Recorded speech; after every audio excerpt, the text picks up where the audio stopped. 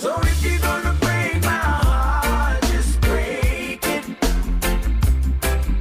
And if you're gonna take your shot, then take it, take it. Halo guys, jumpa lagi dengan saya Yudian Cahaya Umbu, mahasiswa Universitas Kristen Wirawacana Sumba, Fakultas Ilmu Sosial, Prodi Ekonomi Bangunan.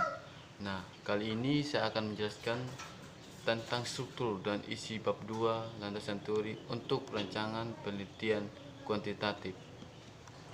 Nah, di dalam penelitian kuantitatif itu teori yang berfungsi sebagai penjelasan awal atau prediksi tentang hubungan relasi antara variabel yang akan diuji oleh peneliti.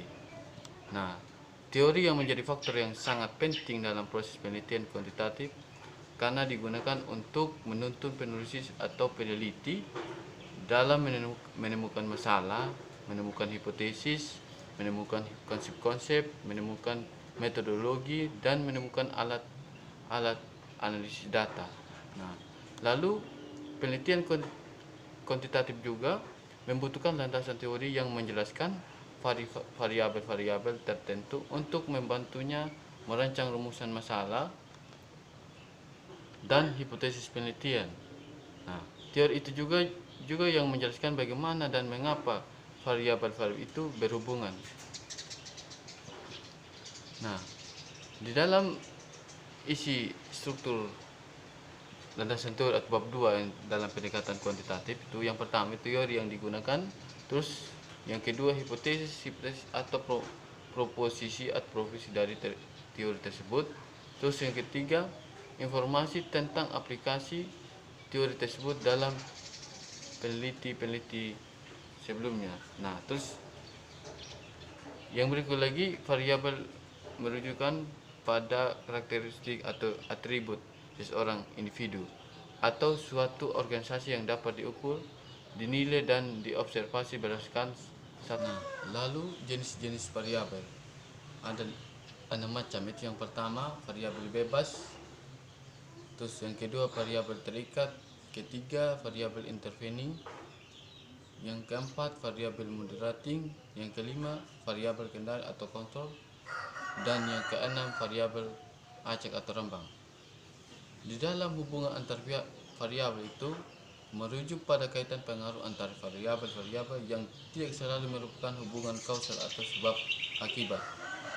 Jenis-jenis hubungan antar variabel itu, yang pertama itu hubungan simetris, terus yang kedua hubungan timbal balik, yang ketiga hubungan asimetris, yang keempat hubungan antara stimulus dan respon, dan yang kelima hubungan antara distributor.